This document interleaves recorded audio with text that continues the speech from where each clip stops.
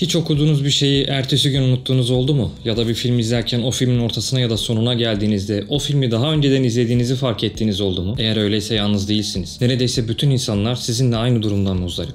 Psikologlar buna unutma eğrisi adını vermişler. Çünkü herhangi bir bilgiyi ilk öğrendiğimizden itibaren yaklaşık 1 saat içerisinde o bilginin %50'sini, 24 saat içerisinde de ortalama olarak o bilginin %70'ini unutuyoruz. Tabii bu oranlar herkese göre değişken. Ortalama olarak söylenmiş ama genel olarak bu durum herkese göre böyle diyebiliriz. Peki ya böyle olmasaydı? Okuduğumuz her şeyi hemen aklımızda tutabilseydik. Mesela 300 sayfalık bir kitabı bitirdiğimizde tamamen onu yazabilecek kadar aklımızda tutabilseydik. Sizce nasıl olurdu? Kulağa güzel geliyor değil mi? Ancak bu hiç iyi olmazdı. Nasıl ki insan her yediği yemeği sevmiyor ya da her yemek yediğinde olur olmaz sevmediği bir yemeğin aklına gelmesini istemez. Mesela ben kerevizden hoşlanmıyorum ve asla yiyemem. Annem iyi niyetinden dolayı benim çocukluğumda kereviz yemediğim için ve pişince de biraz patatese benzediği için patates yemeğinin içerisine kereviz katarak pişirmiş.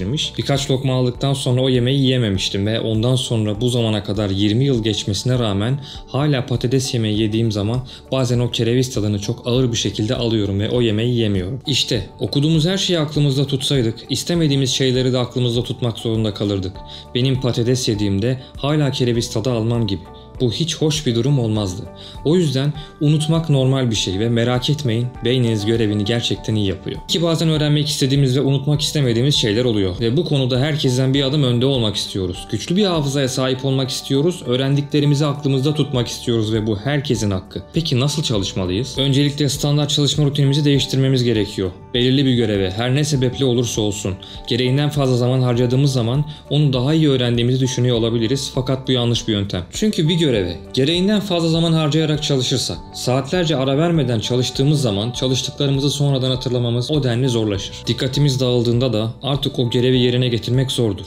Bu görev masa başında ders çalışmak olabilir. Bir eğitim videosu izlemek, hatta fiziki kuvvet gerektiren bir işle uğraşmak bile olabilir. İşte size odaklamanın önemini anlatan güzel bir örnek. Arnold Schwarzenegger'in Bir Vücudun Eğitimi adlı kitabında yer alıyor. Hatırladığım kadarıyla burada odaklanmanın öneminden şu şekilde bahsediyordu. Biliyorsunuz Arnold Schwarzenegger oyuncu ve aynı zamanda profesyonel vücut geliştirme yapıyordu gençliğinde. Bu vücut geliştirme yaptığı sırada çok zayıf hatta çelimsiz denebilecek bir adamı görüyor ve bu adam gereğinden fazla ağırlık kaldırıyor ve o da şaşırıyor. Ve bunu tekrar denemesini söylüyor o adama. O adam ikinci kez denediğinde bu ağırlığı kaldıramıyor. Sonra diyor ki bir dakika odaklanacağım ve bundan sonra tekrar denediğimde kaldıracağım diyor. Ve tekrar denediğinde bu adam bu ağırlığı kaldırıyor ve Arnold Schwarzenegger buna çok şaşırıyor. Kendisi de artık odaklanmanın çok önemli olduğunu anlıyor ve çalışmalarını bundan sonra bu kural üzerine devam ettiriyor. Evet, işte odaklanmak bu kadar önemli. İşte bir şeyi öğrenebilmemiz için önce odaklanmamız ve sonra da bu odağımızı elimizden geldiğince kaybetmememiz gerekiyor. Ve yeri geldiğinde tabii ki dinlenmemiz. İşte bazı insanlar odağını daha iyi kullanabilmek için kendi tekniklerini geliştirmişler. Mesela Francesco Cirillo tarafından geliştirilmiş olan Pomodoro tekniği de bunlardan birisi. Bu tekniği birçok kişi kullanıyor. Her 25 dakika çalışmanızın ardından 5 dakika mola veriyorsunuz. Bu 5 dakika molanın ardından tekrar çalışmaya başlıyorsunuz ve 25 dakika daha çalışmaya devam ediyorsunuz. Bunu 4 kere yapıyorsunuz. Daha uzun çalışmanız gerekiyorsa bu 4 periyodun ardından 25 ya da 30 dakikalık daha uzun bir mola veriyorsunuz. Tabii şunu da unutmayın, bu molalarda televizyon ya da telefon gibi dikkatinizi sömürüp bütün öğrendiğinizi unutturacak şeyler yapmak yerine sadece boş duruyorsunuz. Yürüyüş yapabilirsiniz, balkona çıkabilirsiniz ya da kendinize bir içecek hazırlayabilirsiniz. Şunu unutmayın, bir bilgi öğrenildikten sonra zihnimizi en az 5-10 dakika başka bir işle meşgul etmezsek öğrendiklerimizi aklımızda tutmamız daha da kolaylaşır. Bu teknik güzel bir teknik fakat odaklanmakta zorluk çekiyorsanız ve aşırı geç odaklanan biriyseniz 25 dakika kısa bir şekilde çalışmak yerine bunu biraz uzatabilirsiniz tabii ki. Ben biraz daha uzun çalışabilirim diyorsanız aslında Pomodoro tekniği zaten özellikle çalışırken sıkılanlar için ideal. Bana kalırsa herkes kendi yöntemini bulmalıdır. Çünkü birisi için iyi olan bir yöntem başkası için tam tersi olabilir. Ama ne olursa olsun 1 saat ya da 2 saat çalışmış olsanız bile çalışmayı bıraktığınız zaman 10-15 dakika, en az 10-15 dakika zihninizi karmaşadan uzak tutmanız gerekiyor. Ayrıca 2 saat ve daha fazla hiç ara vermeden okuyarak bir şeyi aklınızda tutmaya çalışırsanız muhtemelen aklınızda kalan son şey çalışmaya başladığınız ilk ya da son 15 dakikada öğrendikleriniz olacaktır. Bundan daha uzun süre mola vermeden çalışırsanız eğer muhtemelen aklınızda bir şey kalmayacaktır.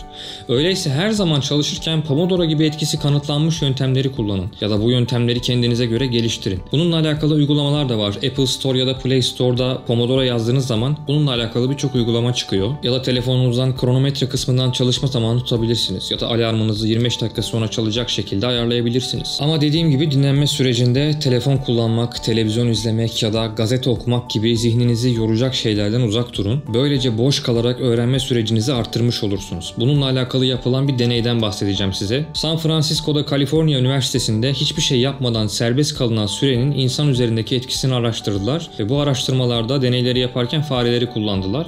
Farelerin yaptıkları aktivite esnasında ve aktivite sonrasında beyin dalgalarını ölçtüler. Bu yeni deneyim insanlarda olduğu gibi farelerde de sinirsel aktiviteyi ve beyindeki yeni nöronların etkileşmesini sağlıyordu. Fakat fareler bu aktivite sonrasında boş ve serbest bırakıldığı zaman nöronlar bellek girişinden geçerek hafızanın uzun vadede depolandığı beynin geri kalan kısmına doğru yol aldılar. Dolayısıyla fareler dinlendikleri zaman daha önceden yaptıkları o aktiviteyi diğer farelere oranla daha kolay şekilde öğrendiler. İşte zihnimizin boş kalmasına izin vermezsek, her fırsatta elimize telefon alırsak, öğrendiğimiz bir şeyden sonra mola vermeden hemen başka bir konuyu öğrenmeye geçersek, kısacası sıkılmanın da bizim için doğal ve faydalı olduğu bir durum olduğunu bilmezsek, bunun zayıf hafıza, yorgunluk, odaklanma güçlüğü, motivasyon eksikliği hatta uykusuzluk gibi durumlara yol açtığını bilmemiz gerekir. British Columbia Üniversitesi'nde Ryan Davir ortalama 300 kişilik bir deneyle dijital dünyanın bizi nasıl etkilediğini öğrenmeye çalışıyor. Bir kısım üniversite öğrencisinin yemek yerken telefonlarını görebilecekleri ve istedikleri zaman ulaşabilecekleri şekilde masanın üzerine koymalarını istiyorlar. Bir kısmında masanın üzerinde bulunan kapların içerisine koymaları ve telefonlarının seslerini kapatmalarını istiyorlar. Yemek sonrasında önlerine bir anket getiriyorlar. Ankette genellikle yemekten keyif alıp almadıkları, yemekte ne konuşulduğu ya da dikkat dağınıklığı olup olmadığı gibi etkenler araştırılıyor. Sonuç olarak telefon kullanmadan yemek yiyen öğrenciler,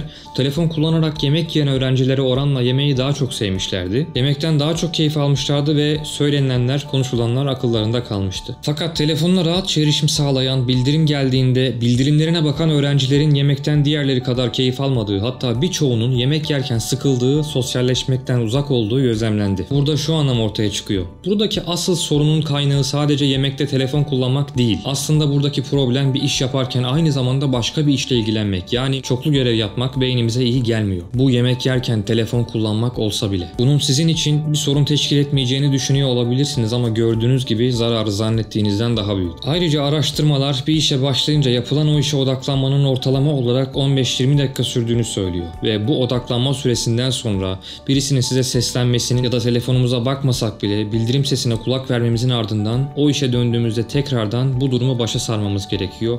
Yani bizim odaklanmamız için bir 15-20 dakika daha gerekiyor. Mesela bir bebeğin zihnini düşünün. Her şey yeni öğrenmeye başlıyor. Onun bizim dilimizi öğrenmesi için duyması yeterli. Özellikle bizim hareketlerimizi taklit ediyor, bizi izleyerek, dinleyerek öğreniyor. Bunun sebebi sadece onun zihninden bizim gibi binlerce düşünce geçmemesinden dolayı. Bazen kızımın pür dikkat oyuncaklarıyla oynadığını fark ediyorum ve ona bilerek sesleniyorum. Amacım onun benim seslendiğimi fark etme süresini ve söylediğimde vereceği tepkiyi öğrenmek. Tabii tam olarak odaklanma halinde oynadığı zaman birkaç kere söylediğimde beni duymuyor. Sonra duyuyor ama bu sefer duyduğunda da fark ediyorum ki oyununu bölmemek için duymazdan geliyor. Bir kez daha sesleniyorum. Israrla seslenirsem o da çözüm olarak cevap vermeden kafasını sallıyor. Yani onun oyun oynamasını asla bölmemi istemiyor. Aslında buna bir nevi trans hali diyebiliriz. Pür dikkat odaklanabilen bir insan trans haline girmiş demektir. Televizyon izlerken seslendiğinizde sizi duymayan yetişkin aile bireylerinizden bunu fark etmişsinizdir. Ya da bir yere uzun uzun bakarken derin düşüncelere dalan birisine seslendiğimizde onun sizi duymaması da aslında o an düşündüğü şeye pür dikkat odaklanmasından dolayıdır. Anlayacağınız bazen istemeden de olsa olur olmadık yer ve zamanlarda bu pür dikkat odaklanmayı gerçekleştiriyoruz. Peki farkında olarak bu şekilde odaklanabilir miyiz? Hem evet hem de hayır. Yani gerçekten çabalarsanız, karar verirseniz kısa süre içerisinde kendinize birçok olumlu değişiklik görebilirsiniz.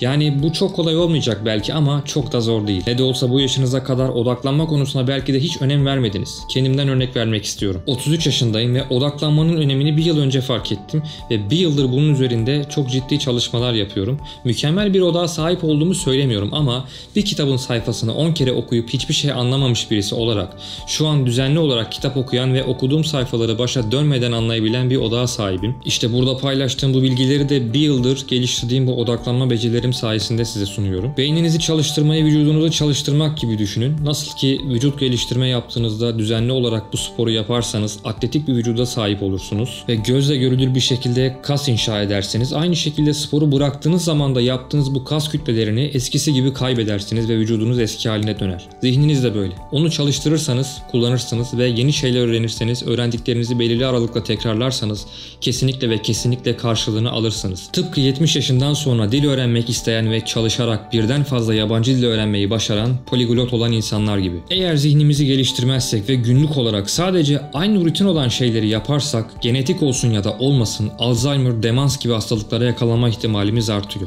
O zaman bize verilmiş olan, başımızın üstünde yeri olan bu en değerli parçamız olan beynimizi kullanalım ve ne olursa olsun yeni şeyler öğrenelim. Ne de olsa öğrenmenin yaşı yoktur. Buraya kadar videoyu izlediyseniz muhtemelen beğenmişsinizdir. Abone olmayı ve bildirimleri de açmayı unutmayın. Bir sonraki videoda görüşmek üzere.